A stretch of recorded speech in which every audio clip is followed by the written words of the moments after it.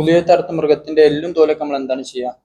ഉലഹിയത്ത് മൃഗത്തിന്റെ എല്ലും തോലും എന്നല്ല, ഉലഹിയത്ത് മൃഗത്തിന്റെ ഒന്നും വിൽപ്പന നടത്താൻ പാടുള്ളതല്ല.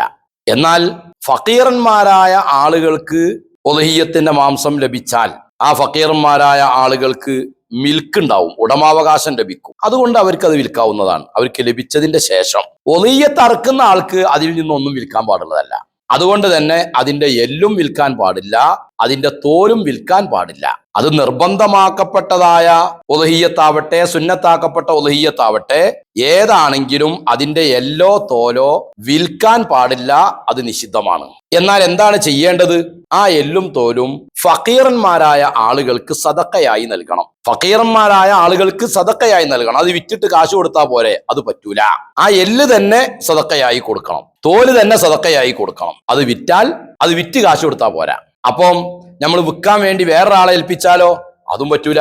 അത് ആർക്കെ ഏൽപ്പിക്കാം? ഈ നൽകപ്പെട്ട ഫക്കീറിന് മറ്റൊരാളെ ഏൽപ്പിക്കാം, അതിന് വിരോധമില്ല.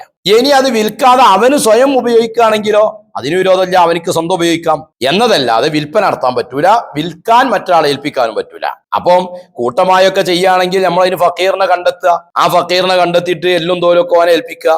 ആ ഫക്കീർ എന്നിട്ട് അത് വിൽക്കാൻ പറ്റുന്ന ആളെ വക്കാലത്താക്കിയാൽ മതിയല്ലോ. അത് ശ്രദ്ധിച്ചാൽ കാര്യം നടക്കും. ഒരു നിലക്കും വിൽക്കാൻ ഏൽപ്പിക്കാനോ പാടുള്ളതല്ല.